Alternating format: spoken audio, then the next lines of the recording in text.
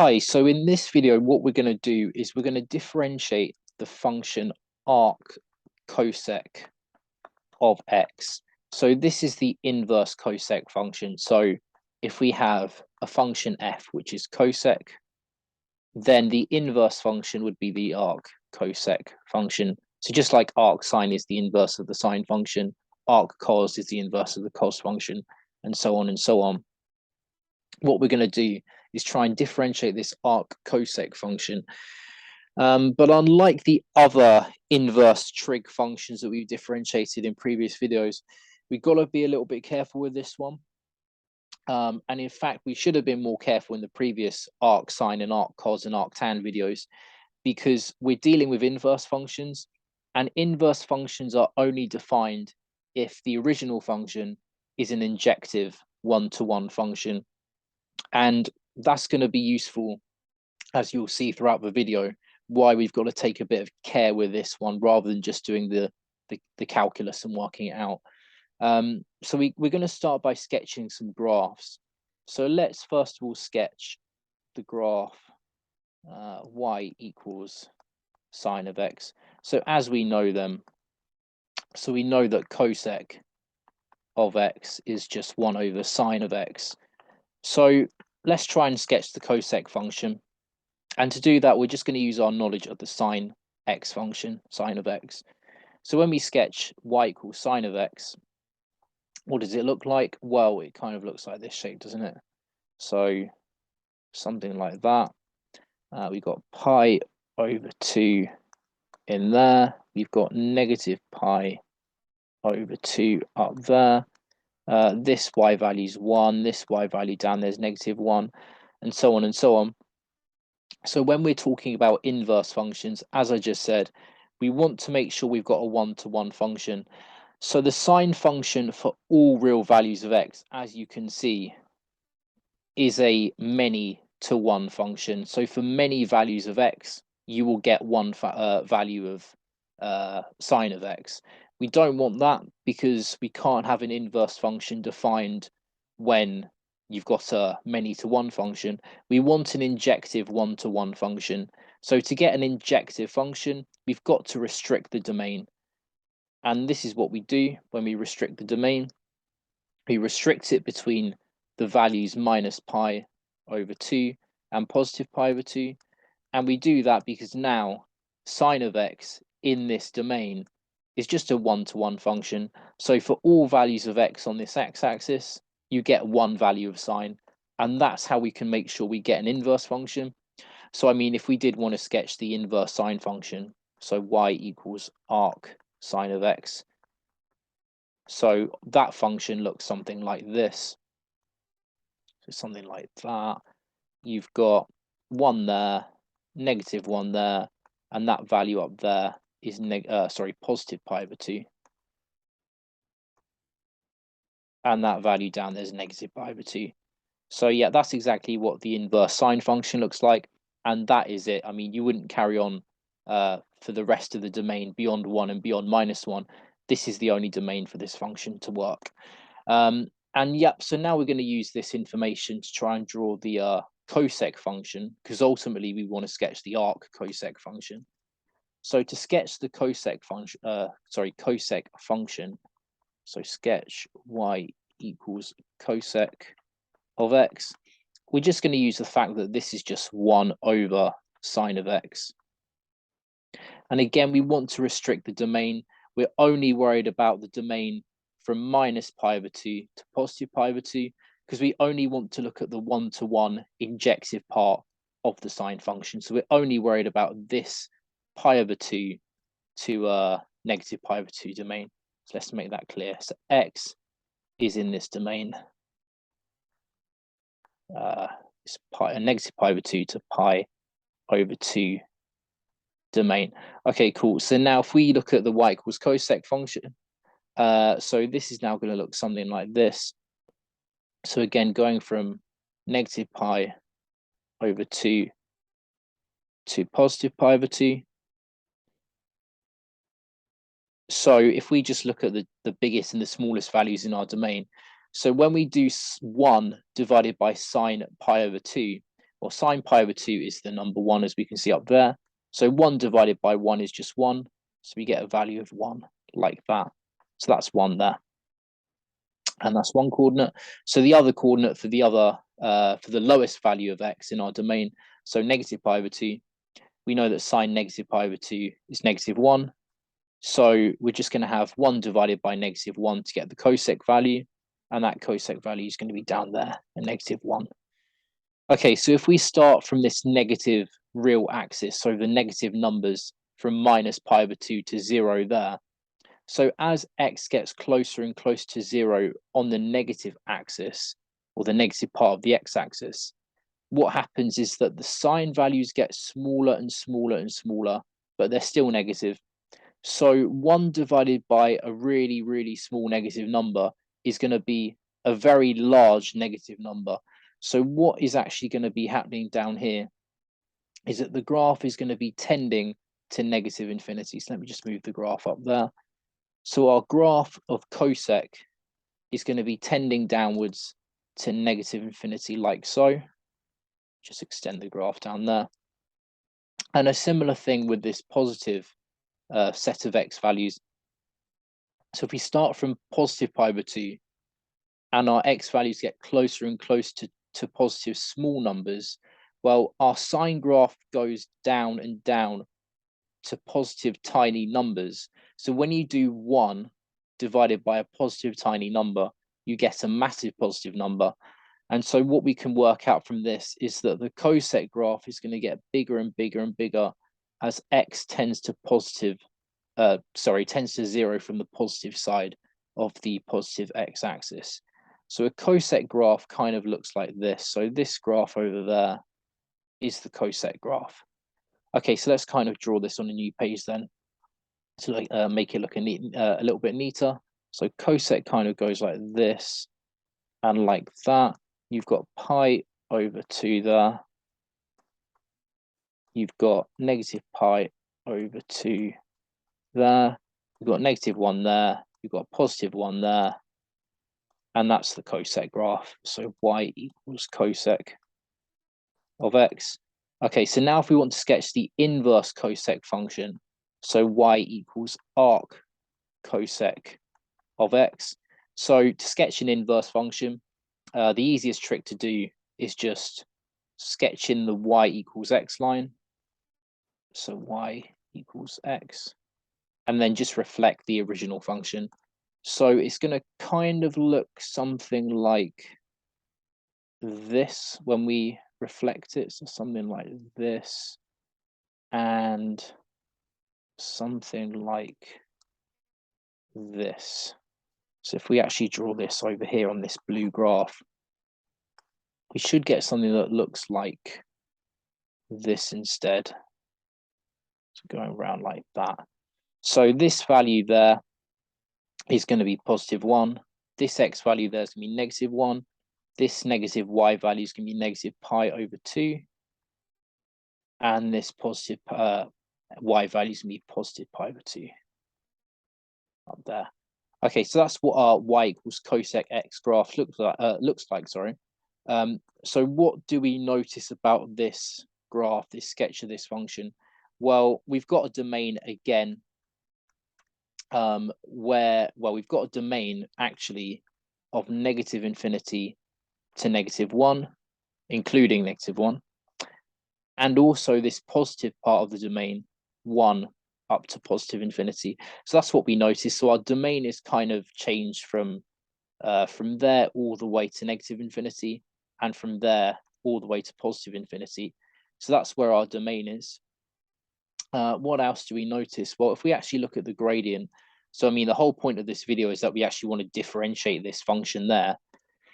What's happened with the gradients? Well, the gradients are now negative. So if we just take any point there, look at the tangent, any point there, look at the tangent, any point there, look at the tangent. And also on this negative end, any point there, take a tangent, any point there, take a tangent, any point there, take a tangent. They're all negative gradients. So what we can conclude then is that therefore for all x values in the domain negative infinity up to -1, and also positive 1 up to positive infinity, we must get that the derivative of the arc cosec function must be less than 0. It must be a negative value. So that's kind of what the graph, or what the sketch of this graph is telling us, essentially, that we have to get negative, sorry, let me just move this x back up to where it was, like that. Yep, so we know that this derivative has to be a negative value for all values of x in our domain. So we're going to use this information to help us actually work out what the derivative function is in terms of x. And we're going to bear this information in mind to help us. So yep, so let's do the similar procedures to what we did before when we differentiated arcsec and arccos, arcsine, arctan.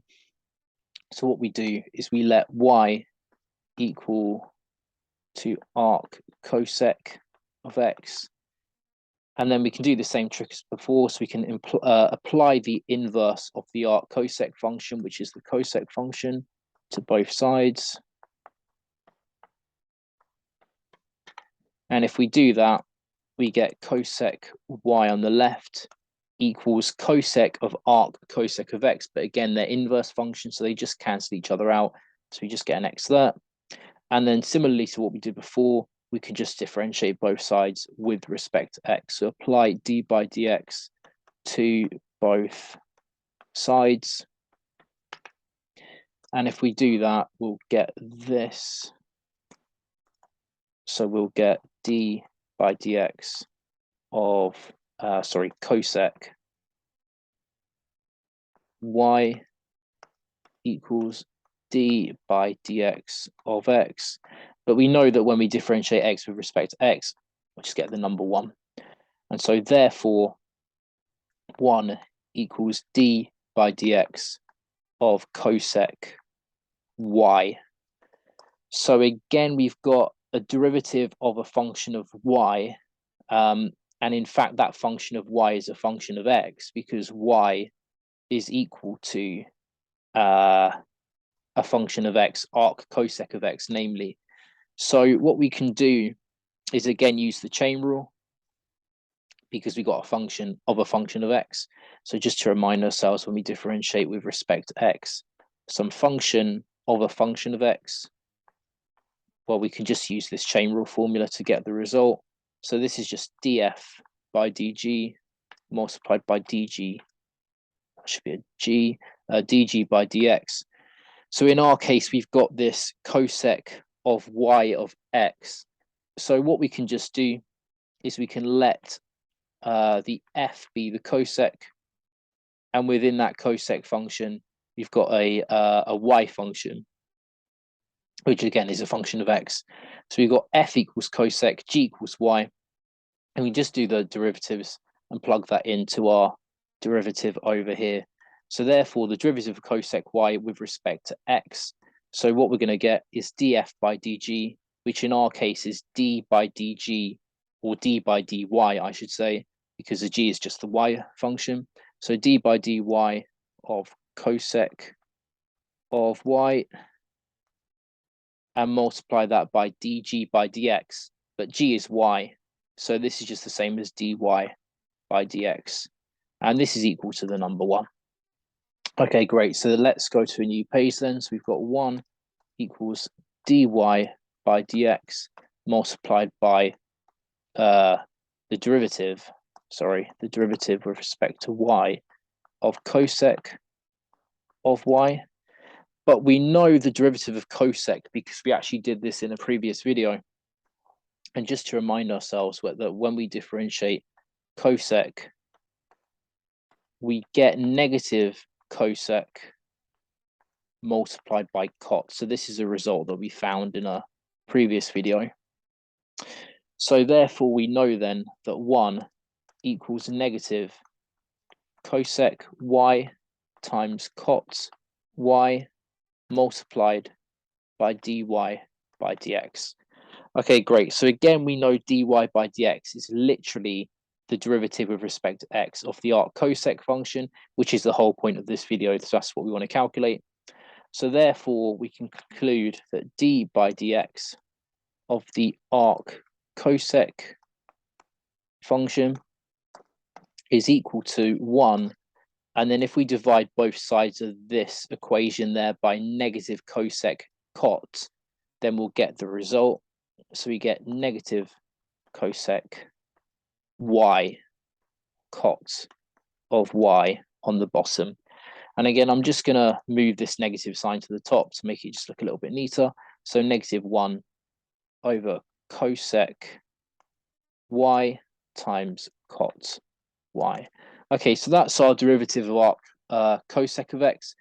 But as you'll notice, our answer is a function of y, not a function of x, but we're differentiating a function of x. So we've got to get rid of this cosec y and this cot y into functions of x.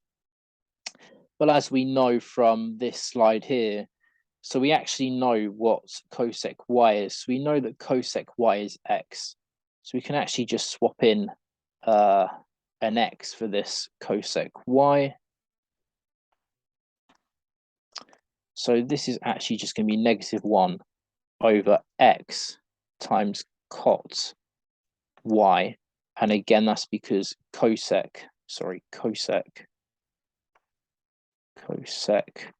y equals x. So now what we can do to get rid of this cot is we can use a trig identity. So we know the identity from trigonometry that 1 plus cot squared of y equals cosec squared of y.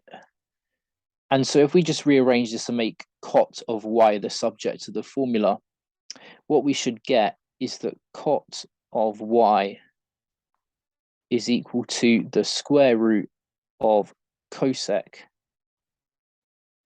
squared subtract 1.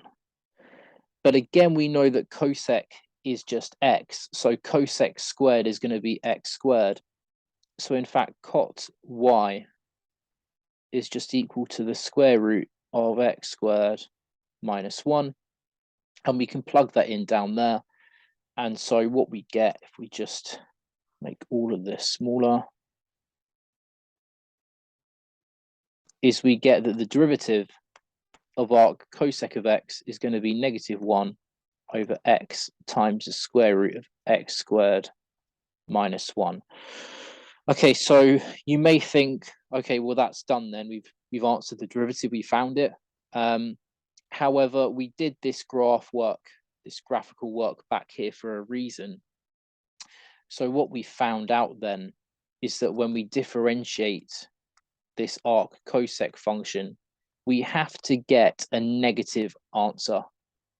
So the question becomes then, because we know from our graph that these gradients are all negative in this domain, we have to make sure and we have to check, is this function there negative for all values of x? So let's go to a new page then. So the question becomes, is negative x divided by, sorry, not negative x, negative 1 divided by x times the square root of x squared minus 1 less than 0 for all values of x in our domain? And remember, our domain was this, so this was our domain there. So is it negative for all values in our domain? That's what we want to work out essentially. Now, something I will also mention as well. So let's just say that x was equal to 1. So if x is equal to 1, then therefore x squared equals 1.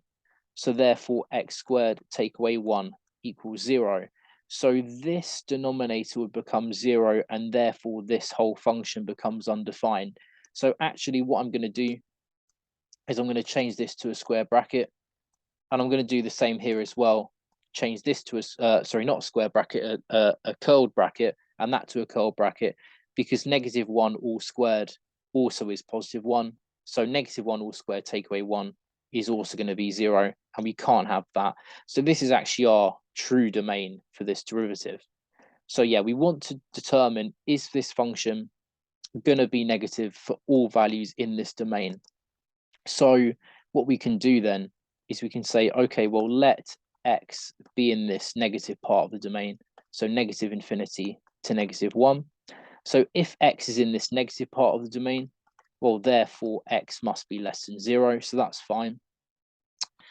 But let's just look at this this result that we got again. So -1 over x times the square root of x squared minus 1. So -1 over x times the square root of x squared minus 1. Well, the numerator is negative, so that's fine. So we've got a negative numerator. If we want this entire function to be a negative number, well, if our numerator is negative, then it must be true that this denominator has to be positive, because a negative divided by a positive is always going to be a negative. So we have to make sure that our denominator is a positive value. So that's what we want to work out. So let x be in this negative part of the domain. X is obviously going to be less than 0. So the question becomes, is x squared minus 1? Well, we want it to be positive, so therefore we want this to be less than 0 too, because x, so a negative number times negative makes a positive. So we need to check whether this is negative in order for that to work. But if we think about it again, if we times x by itself, so we do x squared, and x is a number that has a magnitude bigger than 1.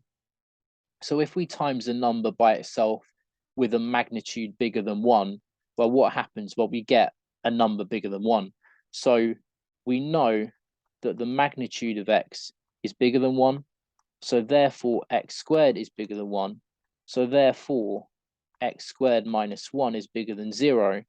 So therefore, the square root of x squared minus 1 is also bigger than 0. Right, so this is a bit of an issue. So in this part of the domain, x is negative, but x is less than -1. But if x is in this part of our domain, we get that the square root of x squared minus 1 is bigger than 0. But in order for our derivative, this derivative that we calculated using the calculation we did, we actually get a positive value there, but we don't want this to be positive. So that means that we can't change this negative square root of x, this square root of x squared minus 1. We can't change that, even though we actually wanted it to be negative.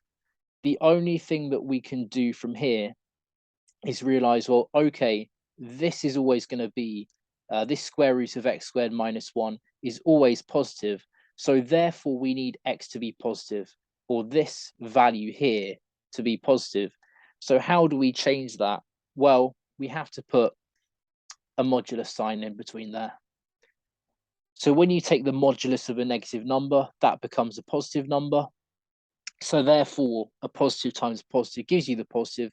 So we get this positive on the denominator that we want. So let's try and write this in a more in a neater fashion then. So for all values of x in the domain, what we know is that x squared minus 1 is bigger than 0. So therefore, if x is in this negative part of our domain, that means that x times x squared minus 1 is actually going to be a negative number, but we don't want this denominator to be negative. It has to be positive in order for the final answer to be negative, because our graphs, or our graph, has to have a negative gradient. So therefore, what we have to do then is we have to put the modulus sign in. So therefore, in order for -1 over x squared minus 1 to be negative, we need to replace, x with the modulus of x. And now what happens then is that now we get a positive number there, a positive number there, positive times a positive makes a positive, a negative divided by a positive makes a negative, so that's all fine. So therefore, what we get is that we get a derivative, so dy by dx equals 1, -1 over the modulus of the square root, modulus of x times the square root of x squared minus 1. So we can also check, do we get the same result for the positive domain, the positive part of the domain? Well, when x is in the positive part of the domain, x is exactly the same as the modulus of x. So let's make a note of that. So for x in 1 up to infinity, well, x is just exactly the same as the modulus of x. So this derivative here still holds, because this value is always positive, this value is always negative. And again, if x is in the positive part of the domain, well, it's exactly the same as the modulus of x, so this is also positive. And so therefore, this is less than 0 for all values of x in the domain. And so as a conclusion then, this result up here is our derivative. So when we differentiate with respect to x, arc cosec of x, the final result is -1 over the modulus of x times the square root of x squared minus 1, and that is our result.